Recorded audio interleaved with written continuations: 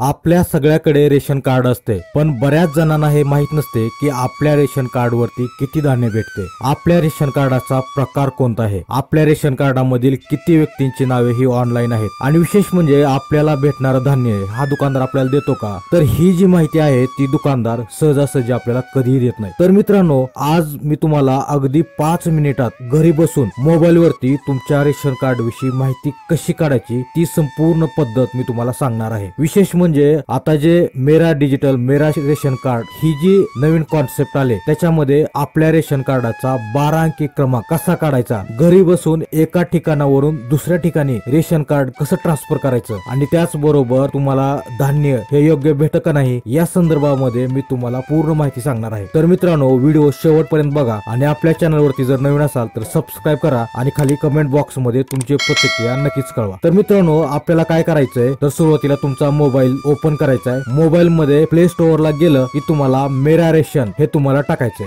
मेरा रेशन हे टाकलं की तुम्हाला लगेच मेरा रेशन ऍप हे दिसणार आहे। तुम्हाला समोर स्क्रीन वरती दिसतंय की कोणतं ऍप काय करायचं की डाउनलोड करायचंय। मित्रांनो, ऍप डाउनलोड केलं की तुम्हाला तिथं भाषेचे पर्याय येतात। तुम्हाला तुमची काय करायची की भाषा निवडायची, जी काही भाषा असेल ती भाषा निवडायची। आता मी इथं काय करतो, माझी भाषा ही इंग्लिश निवडतो। इंग्लिश वरती क्लिक केलं की तुम्हाला खाली आयकॉन दिसतात, तर त्याच्यामधले 2 पर्याय हे आपल्यासाठी महत्वाचे आहेत। ते म्हणजे नो युअर एंटायटलमेंट हा ऑप्शन आहे आणि दुसरा आहे आधार सीडिंग। हे 12 अंकी क्रमांक असेल तर, नसेल तर काय करायचं, सरळ आधार सीडिंग वरती क्लिक करायचं। आधार सीडिंग वरती क्लिक करायचं, मग त्याच्यामध्ये तुमचा आधार क्रमांक असेल किंवा तुमच्या घरच्याचा ज्यांचं कुणाचं रेशन कार्ड मध्ये नाव आहे अशाच तुम्हाला काय करायचं की आधार कार्ड नंबर टाकायचा। आधार कार्ड नंबर टाकल्याबरोबर तुमचं कोणत्या रेशन कार्ड मध्ये नाव आहे, तुमच्या रेशन कार्डाचा कोणता प्रकार आहे आणि तुम्हाला धान्य किती भेटतं, तुमचं कार्ड बीपीएल आहे, एपीएल आहे किंवा कोणत्या कॅटेगरीतलं आहे, हे सगळं तुम्हाला मिळून जाईल। तर मित्रांनो, माहिती कशी वाटली तुम्हाला खाली कमेंट बॉक्स मध्ये नक्की कळवा।